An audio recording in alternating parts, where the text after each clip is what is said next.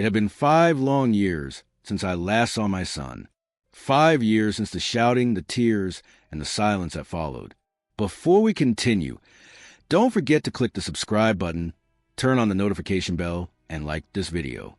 Because who knows, with a little luck, those of you who press those buttons will be blessed with long life, abundant fortune, and protected from all things frightening, including the secrets hidden by those closest to you. My name is Margaret, and this is the story of how one unexpected knock on a door changed everything I thought I knew about family, forgiveness, and love. I still remember that last fight like it happened yesterday. My son, Daniel, had just turned 27. He wanted to marry a woman named Clara, someone I never truly approved of. Not because she was bad. No, Clara was polite, kind, and beautiful, but she was different. She didn't come from our small town. She didn't have a stable job.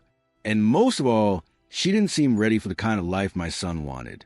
When Daniel told me they were getting married, I said words I still regret.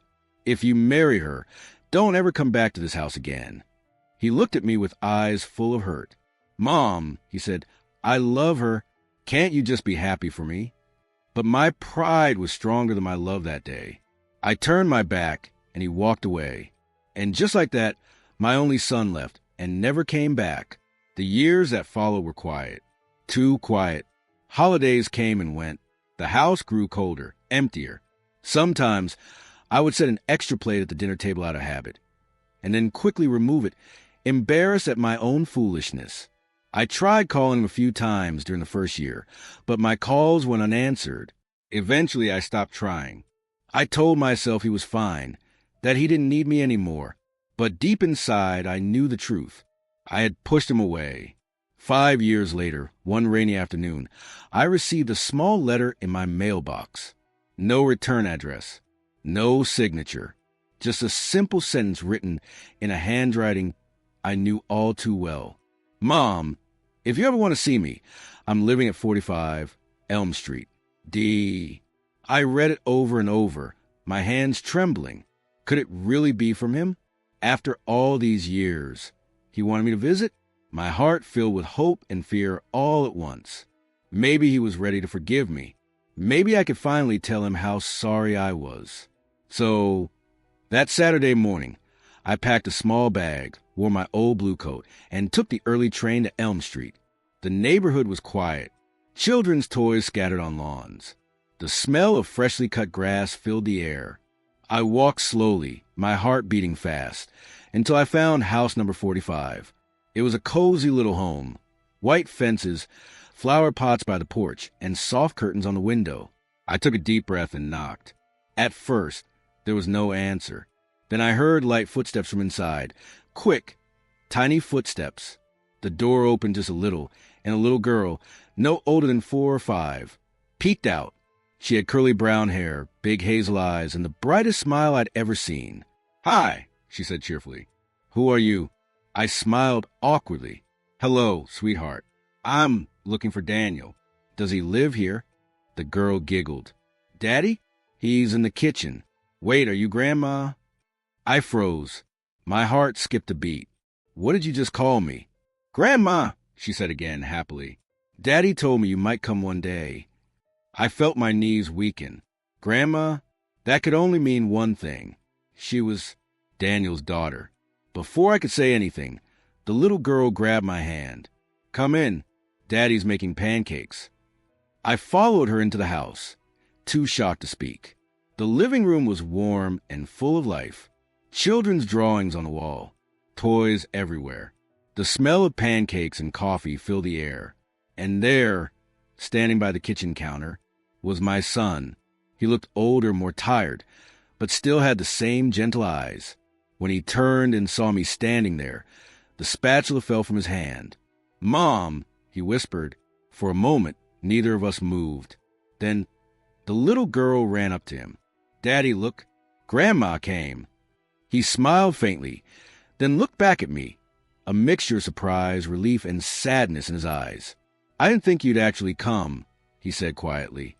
You invited me. I whispered back, I got your letter. He frowned slightly. Letter? Mom, I didn't send you any letter. My heart dropped. You didn't? No, he said, confused. I've wanted to call you so many times, but I didn't know if you want to hear from me. We both fell silent. Then, from behind the hallway, a woman's voice called out, "Daniel, who's at the door?" When she appeared, I felt my breath catch. It was Clara. She looked the same, maybe even softer now, with that warm smile I used to dislike so much. "Oh," she said, her eyes widening. "Mrs. Whitmore, it's been a long time." I nodded awkwardly. "Yes, it has." The tension in the room was thick. Daniel cleared his throat and said, "Mom, this is Emily," pointing to the little girl, "your granddaughter." I knelt down slowly, tears welling up in my eyes. "Emily," I whispered, "you're beautiful." She giggled. "Daddy says I look like Mommy, but I think I look like you." Everyone laughed softly, even me. It was the first sound of warmth between us in 5 years.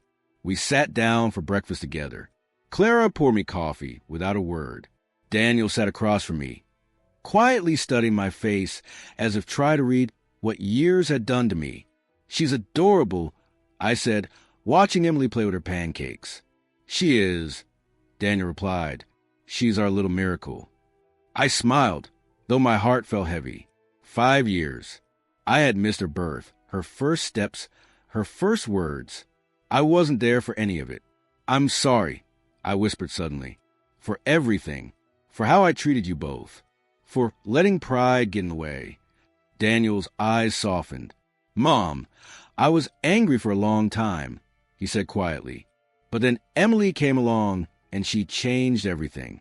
I didn't want to grow up without knowing you, but I was afraid you wouldn't want to see us." "Of course I wanted to," I said, tears falling. "I just didn't know how to reach out after all that time." For a long moment, no one spoke.